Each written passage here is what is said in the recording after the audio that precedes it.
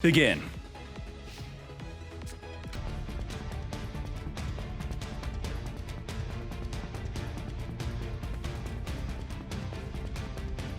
Now, this was the crazy turn 1 Marincess. What did we accomplish? We could make the Bubble Reef completely unaffected by all other card effects, but this has to negate, or does it also make it unaffected? Let's read how this works. You have to control a Marincess Link. If you control a Link 3, you can activate this from your hand. You target a face-up monster your opponent controls, negate that face-up monster's effects, then you will become unaffected by your opponent's card effects. That means you are not going to be unaffected if before then does not happen. So if we are in some way able to dodge the Marincess wave, trying to negate our monster, they won't be unaffected and we could plow right through it. And they're also maybe going to draw into a hand trap here. They have an Impulse, another form of disruption, and I guess we can consider the Call by the Grave, triple disruption. Let's go. Here's the draw 1, which will be a hand trap surely. It is. Droll Knockbird. We're at 4 disruption now. Special summon the Fenrir. We're not going to use the Marincess wave here. Droll Knockbird. Do we trigger the Fenrir? Of course we do. Marincess wave. Negate the Fenrir. And just like that, we have the Impulse. We have Call by the Grave. 3200 unaffected.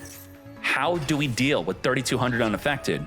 Well, by battle, right? If we can get to 3200 or higher, we can swing over it. What are our options? We're going to Call by the Grave, finger the Engrave, steam the Cloak, attempting to tribute our monster, which it does as a cost, but now it will not be able to reborn. We also have Impulse, ready to negate a special summon. Engraver cannot search because we're under the effect of Droll Knockbird. Reinforcing the army, also cannot search. We have a search, search, and search. 3 searches stopped by the Droll Knockbird, which is what we randomly drew into at the Bubble Reef, our best card. It's every standby phase. The opponent's standby, our standby. We now have a monster negate off the top of the deck, mate, and just like that, we're not going to use it. We're not going to protect the Bubble Reef? Why not? I guess we don't care. We're going to be replacing with something better. We're going to save the Marincess wave for the opponent's turn, or maybe we have lethal damage this turn. Surely we do, right? Now, if we look up in here, I think this is a lingering window that's going to tell us that. I think we're locked into water monsters only. It states that, where is it? You combine for summon. You cannot special summon monster the turn you activate this except water monsters. So you're going to turn your downside into an upside, which we may see within this duel. So there's an important reason why I highlighted that. It's a part of a core play. I don't want to spoil it until we possibly go into it. We're going to be setting for the deck to the grave. Let's go into the Marbled Rock. Let's Blue Tang plus Anemone is going to activate, add from the grave the Spring Girl back to our hand. Speed this up a little bit. As we reveal, 3 cards off the top of the deck. I saw some Mermail there. What the heck? We have an Atlantean in our Marincess deck. Let's further go into the Argonaut. We're now going to use the Battle Ocean, but boost up the Argonaut. Argonaut is going to be returning the Fenrir back to the hand here. 5,500 damage, not enough for lethal damage. So it looks like we're not doing the play, but the play is to Zealantis banish the entire opponent's field. Then they can't special summon back because you are the one special summoning their monsters, and you're locked into water monsters only. Lethal damage as we hop into game number 2. All right, let's do it. King Sark does not mean we're committing to a special summon. We're just getting their Salvation in Graveyard, send an Imseti. Now we're going to activate Maxi before the Imseti wants a special summon. Maybe we're not going to do that. We're going to be banishing and search our deck for a Crystal Beast, but more importantly, we're going to grab our Pressure Planet. Are we committing to a Fenrir special summon under Maxi? Yes, we are. Give them at least 1 draw, one for 1 form of disruption, plus using the Teal Cashier during the opponent's turn. Normal the Rhino, send a Havnis, Havnis trigger to fuse it up into a full loss. This is now a draw 2 play. We're going to chain Tier Cash. So we're going to draw 4 freaking cards. Draw 1, 2, 3, 4 cards. Banish. You know, my idea was to possibly just do Rhino Heart. That's it, nothing else. Wait, we denied the draw 2 by banishing the card, the Havnis, that was trying to perform the Fusion Summon. So instead, just draw 2. Heartbeat and Celic are triggering. Celic's going to be searching our deck for a monster. As the Heartbeat adds back the engraved Celic to our hand, we have Rhino Heart for the next turn now. All right. So what did I think was the good play against Maxi? Not that Daradurn should not have done all this, but if you want it to be very simple and you had no other cool plays to do, you Rhino going to kick Cal, you search for Celic, You pass. They draw 1, you have a negate, you have a mill 5 during their turn, which could possibly turn into even more forms of disruption. That is what the deck did back in the day. Have our negate and fusion trigger. So let's see what is good off of that. Also the Fenrir. I'm assuming we're going to trigger a fusion. Well, we definitely are. It's not an assumption. We have Aqua Angel. Can Rhinoheart send Rhinoheart? Except Rhino. So we can't even trigger the Rhino. So it's not actually definitive. It's a maybe. We have Marincess Dive, Reborn back onto the field, further going into the Anemone. When are we going to negate? As we Reborn back, we're now going to trigger the Fenrir, banish away the Anemone, further summoning the Seahorse onto the field into a Blue Slug. Blue Slug is going to add from Engrave back to our hand here, as we further link this up into a Crystal Heart. Now, with Crystal Heart in the other body, we're going into the Coral Triangle. How does the Crystal Heart work exactly? When this card is targeted during the damage step, where does it say that you're unaffected by card effects? Unaffected, I think the field spell gives you the unaffected protection. We have Triangle discarding an Infantry, which will trigger to pop a face-up card in the field as we're negating the Triangle from searching for the Marincess Wave Trap. Negate with the Sullic Mate, the Battle Ocean, right. Send the Rhino. Now, unfortunately, the Rhino says it has to send a tier from your hand except a Rhino. Or wait, that's the first part of the effect. Can you discard? You could send a Rhino from the hand. I was reading the wrong part of the effect. So the Rhino does in fact work by sending the Rhino from the hand. We're going to Infantry, pop away the King Sark. Let's Reborn back, discard the Rhino Heart, trigger to now fuse during the opponent's turn. And this is our final form of disruption. We already banished, we already negated, and this is it. Kick Cow is going to further send from the deck to the grave, or add. What?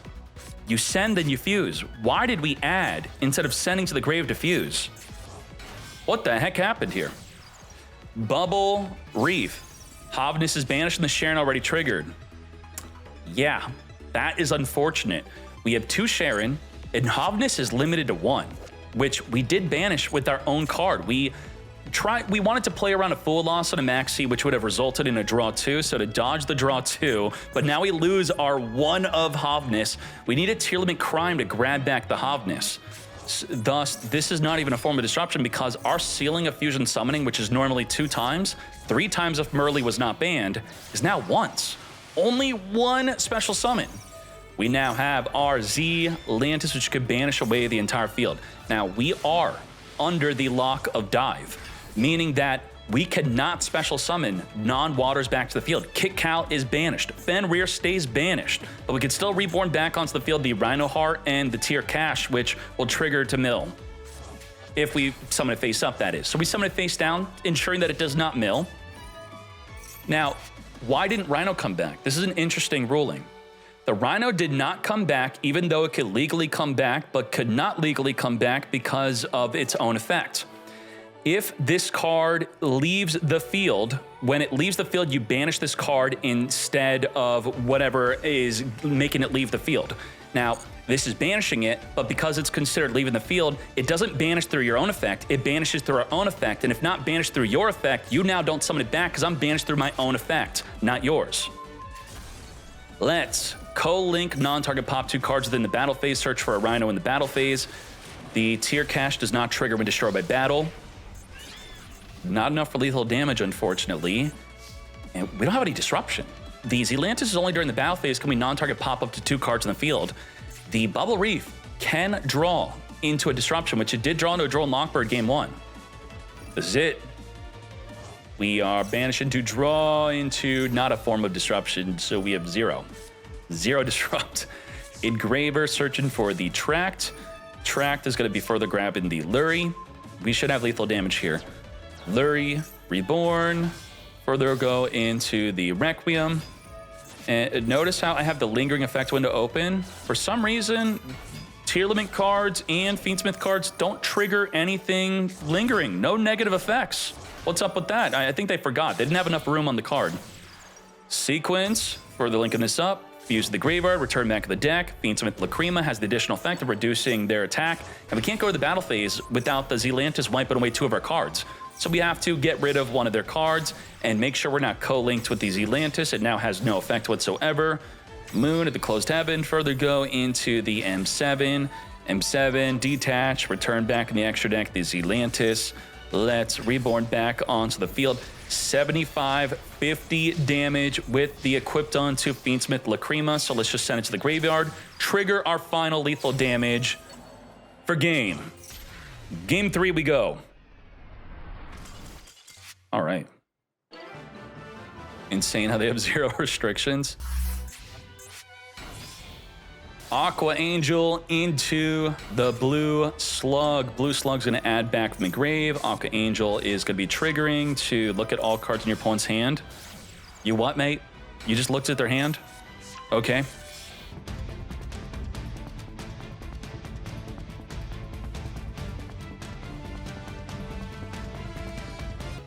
What just happened? Banish a water from your grave or face up. Do we not have a water in grave? Did we misclick? We got waters in grave. Did we? Or just, was this because of Fool Loss? Or did we really misclick? There's no way we gave up on Marincess wave. What the heck? Huh?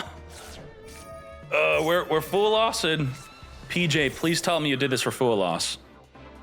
Or I think, please tell me you misclicked actually, that'd be better. Let's fuse it up. If you're Daradurn, you just go in, right? We're going all the way in. PJ looked at his hand and saw Thrust. You have to remember that. I looked at his hand, bro. And if I'm going to trigger to draw a card, Thrust will search a card, but not if I banish my card off the field.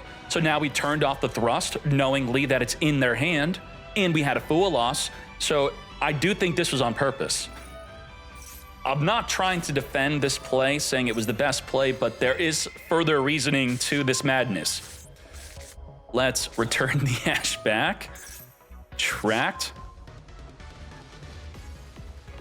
There wasn't a triple tactics talent, to be fair, because I'm thinking if you saw Thrust and you saw talents, why did you play into talents? You only played around Thrust because there were no talents. Thus, we would have used the Fool Loss in the standby phase to ensure that they can't just talents rip our Ash out of our hand. Lurie, Reborn. Cacao, Sun itself, Reborn back to your cache. Let's mill 8 total cards. 3 plus 5. Let's Reborn back the Rhino Hearts. Sulik searching for the Havness. Further going into the Requiem. I don't think Daradurn cares that you Fool Lost them. I'm not exactly sure, but it seemingly is the case here that we're just going all in anyway. 7,700 damage, 8,300, and it looks like we have nothing to stop it. Okay. Trying to outplay Thrust, outplayed ourselves. Daradurn, what are you doing? Little D was selected. Daradurn, that's a DQ.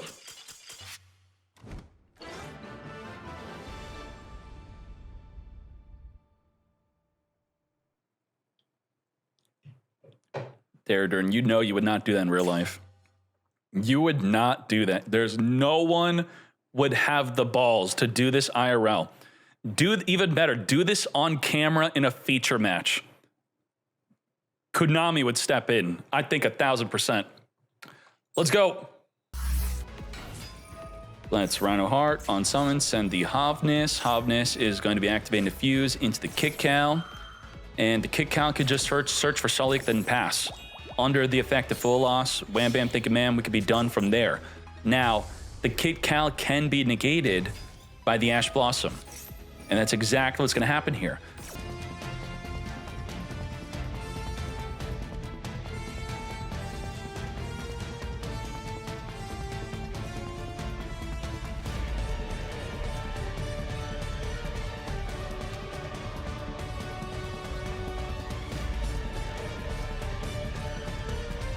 What are our forms of disruption? Do we have anything in graveyard activatable? We don't have a random Fairy Tale Snow in graveyard. No, we do not. We do have Little Knight, which could chain to a card effect to banish a monster on the field. We could use the Meta Noise to not only flip a monster face down, but trigger a fusion summon. And we do have to control the tier cache in order to even activate this. So we may want to straight up go to the battle phase and just swing over the tier cache, forcing the Meta Noise to flip down Nibiru early, but then we lose our battle phase. Branded regained. We did not chain Little Knight. We're holding on to the Little Knight. We're not going to banish away the Nibiru. Resonator Call into the Soul Resonator, further searching for the Bone Archfiend. We're going to Emblema Oath, set up the Stand-Up Centurion from the deck. Stand-Up Centurion is going to be discarding a card to put a Centurion into our back row.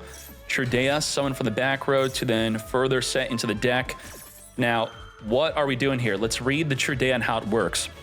You could place this card you control and one Centurion monster from your hand or deck except, so it does not say then. So you would be thinking, well, we're still going to put the card in the back row because it doesn't say then. You learned what then, before has to happen for then, but also the word and, or both. If it can't do both at the same time, it's not going to happen. So it's similar to then, where then is a sequential restriction where the preceding effect is required. But this is still, the preceding effect is required, but it's not sequential, it happens at the same time. So it does stop it. Nothing into the back row, it does stop the effect completely. Regained, deletes Little Knight. Little Knight temporarily banishes, then comes back, not with the regained, return it back, then draw a card. Let's now send from the deck with the Bone Archfiend, searching our deck for the Crimson Gaia. Crimson Gaia's here, we still have the ability to flip face down and fusion summon. Let's Soul Resonate and Bone Archfiend mate into the Scar Red Dragon Archfiend. Let's flip it down. Not today. Send the Havness. Let's trigger away, fuse it up into nothing. Because the Serenir banishes the Havness, and the Havness has to be part of the fusion summon. Whoops. Let's further summon Vision Resonator. So it's similar to Fallen Albaz, required to be part of the fusion. What's not similar to Fallen Albaz or Havness is a card like Cartesia, which does not require itself to be part of the fusion. If you were to delete that card, you could fuse with anything else. Let's battle phase it up, take out the tier cache, making sure to not trigger its effect. Now, what the heck did we just activate? Crimson Gaia. If a monster is destroyed by battle, you can special summon a Red Dragon Archfiend from your graveyard back in the field, over 14,000 damage. What the heck is this? Red Dragon Archfiend attacking into a giant token, activating to destroy all defense position monsters on the field. And just like that, with more than enough for lethal damage, finish him. We did have the help of Fuelos, but it's still very cool. Lots of Red Dragon Archfiend madness on the field for a game. Let's hop into game number 2. Global, this card was newly unbanned. It's a once per duel effect of while it's in the graveyard, mill the top card of your deck, and then reborn itself back on the field to make crazy synchro plays as we link summon it into a moon instead. Let's tract, add for the deck our Lurie. We are under the effect of Nibiru, ready to tribute off the entire field whenever we want. Grab the Tortoise and the walls. With the walls, we're going to be searching for the Seti. Return back the Tortoise. Let's discard from the hand, search our deck for the King Sark. You definitely want to ash this effect. Requiem, send from the deck. Lacrima, send from the deck. Engraver, reborn the Engraver. Let's further link this up into the Fiendsmith sequence. Let's fuse with nothing as the imperm negates. If the sequence were to have resolved, it would give us the ability to negate the Nibiru through an additional summon after the fusion summon. So being able to stop this is big. Now we could hold on to that Nibiru for a better play. But now there's Lacrima. Lacrima being the follow-up through the Fiendsmith Tract. We're going to be banishing the Engraver. Now this could be quite confusing. This could reborn a monster that's banished or in the graveyard, but if you target the card while it's engraved, then you banish it. Even though we could summon it while it's banished, we didn't target it while it's banished, thus the target's no longer there and we do not summon it. Begone. Engraver. The Engraver, we're going to summon the Happy instead, further playing into a big Nibiru play. Let's Dotscaper, Reborn. Do we have to Nibiru here? Why should we not Nibiru? Well, normally you're going to have 4 monsters on the field. So the Apollo USA is going to be the main choke point that we want to be stopping here. Now, while this does not negate Nibiru, it gives us Nibiru resilience. Now we ensured that if the Nibiru tributes off the field, we could chain Little Knight to protect another monster to ensure it does not get tributed. Little Knight, say goodbye to the Serenir. Let's reborn back the Horus, further going into the Zombie Vampire. Let's activate before it activates, because otherwise we could chain the Little Knight to the Zombie Vampire activating, thus it would dodge the Nibiru tribute. Let's further reborn the Imseti. We did not chain Little Knight. We didn't want Little Knight to come back. Is there a reason why we didn't do that? Little Knight, chain, banish. The Zombie Vampire says you can't target it, right? Something like that. Neither player could target this card. Who did not know about this effect? Neither player could target this with effects special summon from special summon monsters except summon from the grave. So we couldn't even chain Little Knight. What? You what, mate? Earthbound Prisoner. We're gonna chain the Lacrima Crimson Tear, target the Requiem to further Reborn, but we're gonna banish the Requiem instead. Call to the grave, finger the Engrave Stone Sweeper, which I believe is just trying to search the deck. Add a level 3 or lower Fiend Tuner. Not today. Now, what is our play? Crimson Tear further returns herself back into the deck. Let's wipe away the Nibiru token. If we swung into I'm Seti, it does have the effect of the King Sark to send the monster to the graveyard non-targeting. Let's reborn the Happy, reborn the Dumatef. Let's King Sark, discard I'm Seti to send not the 4th copy of a Horus, but we didn't summon the I'm Seti yet. Red Lotus. During the main phase, if you control a Fiend Tuner or your opponent controls a special summon monster, summon this from your hand. Then what? Burn for 400? You what? Druid Swarm is going to activate, target the I'm Seti, send to the graveyard. The Happy is going to send the Nibiru to the graveyard, non-targeting. Red Lotus King, I would think at least triggers when sent to the graveyard. It does nothing, it just summons onto the field. What the heck is that? Damn. Pass, turn 1. Double Bestial. Bestial's great against Tearlament, so we're fine. Havness activate. Havness is limited to 1. Because Havness is limited to 1 and you want to play around Bestials, maybe it's better to send the Sharon, but by sending the Sharon, you then reduce your chance to randomly mill into another fusion. So it is better to send Havness to increase your chances of randomly milling another fusion, but when playing around Bestials, it ends up not being the way. We do have Sulliek, which is not going to trigger the Rhino Heart because we have no tier in hand. We do have the Black Oat Lapse, which has a different effect while on the field. While on the field, you instead prevent the monster from being special summoned, except from the graveyard. So if they activate to summon from the hand, you can chain to it attempting to summon, then it gets stuck in the hand. Goodbye to the Rhino. We don't even activate the Sulliek because we have no way to trigger the Rhino Heart. We're in a really bad spot here. All 3 of these cards want to be in the graveyard. Well, now we have a card that puts any card from our hand into the grave to get search in. That's exactly what we wanted to see. You have to ash this, man. If you ash this, we are screwed. Well, when the chain turns yellow, it's resolving. We did not ash. Our dead hand is now fixed. Well, we could ash this if we want to, but then we're not ashing the Requiem to summon from the deck. So we had one ashable effect that essentially ended their turn, and by not ashing it, now we have 2 effects that we now need to ash, and we can only ash one of them. So from 1 to 2, we negate 1. Now we have the other ashable effect into the Requiem. We do have Veiler for sequence. Let's summon for the deck. Lacrima Crimson Tear, send Engraver here. Druid Swarm is preemptively banishing the Engraver. Okay. You could wait for it to activate, then banish it. Let's back to Hipster with the Crimson Gaia, searching our deck for the Soul Resonator. And yeah, I mean, shouldn't we have activated the Black Goat to stop the Druid? Well, no. So someone in the chat said, Black Goat, hello, so they baited me. This does not stop them from banishing. They would keep the Bestial. So activating Black Goat, not a good idea. They still banish. Bone Archfiend, discard the Synchron Resonator, attempting to summon the Bone Archfiend, disallow it. It does not negate the effect that wants to summon. If it were to negate the effect, then Druid Swarm would not banish. It just stops the special summon. We need to top deck into a tier or a way to discard one of our cards here. We have the Crimson Tear, reborning back onto the field, the Requiem. Requiem is going to summon from the deck our Engraver. Now we do have the Baldrake, which could banish a monster, summon from the extra deck. Tier Cash. But do we have a tier card engraved to banish? We do. We have Rhino Heart Engrave. We have Druid Swarm activating to banish away the Requiem.